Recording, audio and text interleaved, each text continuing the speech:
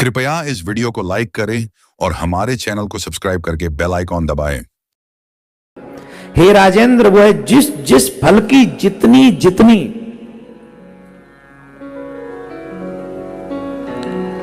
वह जिस जिस फल की और जितनी जितनी इच्छा करता है, अल्प हो या अधिक, श्री अच्युत की आराधना करने से निश्चय ही वह सब प्राप्त कर लेता है। बोलो नारायण भगवान की जय। और हे भोपाल, तुमने जो पूछा है कि हरि की आराधना किस प्रकार करनी चाहिए, बताएं कि नहीं? ये इसमें इंटरेस्ट नहीं है किस प्रकार करनी चाहिए, वो बताओ फल क्या मिलता है, फल दिखा दो। पूजा तो हम करते ही रहेंगे, फल बताओ महाराज। सुनो सुनो, है हाँ करेंगे तब तो मिले, वो ही नहीं करना है महाराज। आप कर लो पूजा, फल हमको दिलवा दो। पूजा किस प्रकार करनी चाहिए, आराधना कैसे करनी चाहिए, वो सुनो। जो पुरुष वर्णाश्रम धर्म का पालन करता है, सबसे पहली शर्ती पहले भी बताई है, अब फिर बता रहा हूं। अपने वर्णाश्रम का, जो वर्ण में आपका जन्म हुआ, उसका मन लगाकर उसका पालन करो, उससे दूर मत भागो। अगर आप अपने वर्णाश्रम का अपमान करते हो, हरेक वर्ण में हरेक व्यक्ति को क्या कर्म करना चाहिए उसका उल्लेख है यहां, सावधानी पूर्वक सुनना। जो पुरुष वर्णाश्रम धर्म का पालन करने वाला है, वही परम पुरुष विष्णु की आराधना कर सकता है। उनको संतुष्ट करने का और कोई मार्ग नहीं है। हे नृप, यज्ञों का यजन करने वाला पुरुष उन विष्णु ही का यजन करता है, जप करने वाला उन्हीं का जप करता है, दूसरों की हिंसा करने वाला भी उन्हीं की हिंसा करता है, क्योंकि भगवान सर्व सबके भीतर समाये। ऐसा क्या है? अब जब हम किसी की हत्या करते हैं तो भगवान की तो हत्या है। हम लोगों कहते हैं ईश्वरन से जीव अविनाशी, ईश्वर सब में बैठा हुआ है, तो जिसको आप मार के खा गए ईश्वर तो उसमें भी था, तो वो ईश्वर की तो हत्या है। किसकी हत्या है? वो ईश्वर की हत्या है। अतः सदाचार युक्त पुरुष अपने वर्ण के लिए विहित धर्म का आचरण करते हुए श्री जनार्दन की ही उपासना करता है।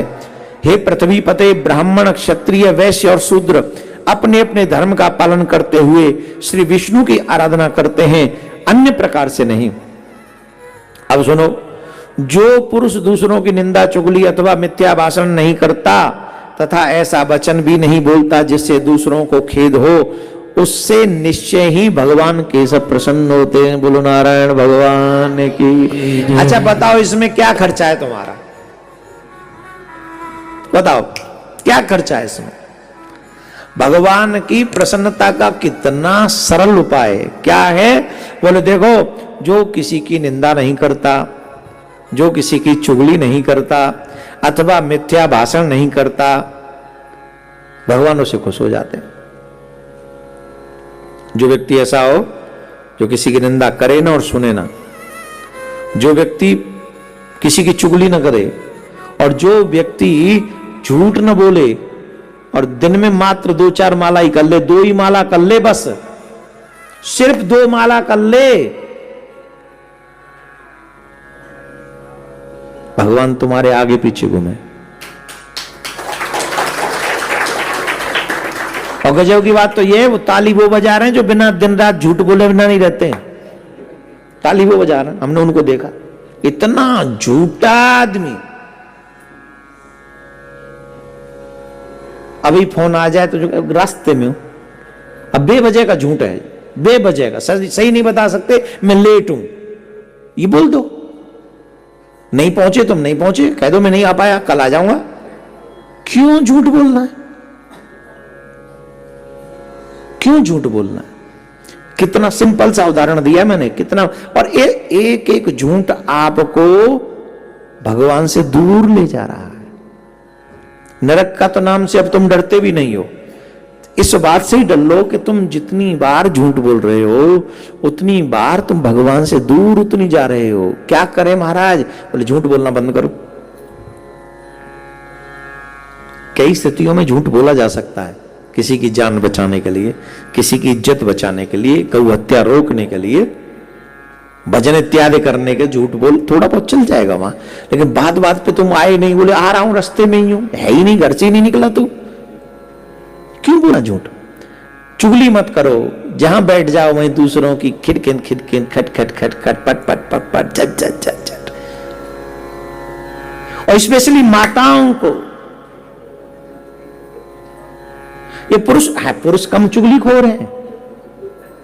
हमसे पूछो कैसे कैसे पुरुष बैठे दुनिया में, महाराज आग लगा दो दूसरों के घरों में, ऐसे चुगलखोर, रात दिन जिनका एक ही काम है सिर्फ चुगली करना। अच्छा, वो भूल जाते हैं कि ये आग लगेगी तो हमारे घर तक पहुंचेगी। कब तक नहीं पहुंचेगी, एक बात बताओ, कब तक नहीं पहुंचेगी? एक दिन तो पहुंच ही जाएगी। तो चुगलखोर किसी का सगा नहीं हुआ, आज तेरी तुझे चुगली सुना रहा है, कल वो तेरी चुगली किसी और को करेगा। सगे अपने बाप के नहीं हुए, बाप का भी मौका मिले तो चुगली कर दे ये। और हमने तो ऐसे लोग भी देखे जो अपने बाप की ही चुगली करी है, कसम से हम जानते हैं। तो इसलिए कितना सरल उपाय है भगवान को प्रसन्न करने का। किसी की चुगली मत करो, किसी की निंदा मत करो, झूठा भाषण मत करो, भगवान इतने में ही प्रसन्न हो जाएंगे। पर नहीं करना भगवान को प्रसन्न, वाणी को प्रसन्न करना है, दुनिया को प्रसन्न करना है, दुनिया वालों को प्रसन्न करना है, तो जमुना जी में चलो जा और जो मन करे सो करे, कम से कम कथा सुन वही बंद कर दे, फिर जी कर ले। कितना सरल उपाय के, भगवान प्रसन्न नहीं होते। ये 3 चीजें करना शुरू करो आज से। 3 काम, चुगली नहीं करनी, निंदा नहीं करनी, सुननी भी नहीं किसी की, और झूठ नहीं बोलना। बहुत जब तक कठिन परिस्थिति ना आए तब तक झूठ मत बोलो। बहुत सरल है। कहते हैं भगवान उससे प्रसन्न होते हैं, विष्णु भगवान बहुत जल्दी उससे प्रसन्न हो जाते हैं।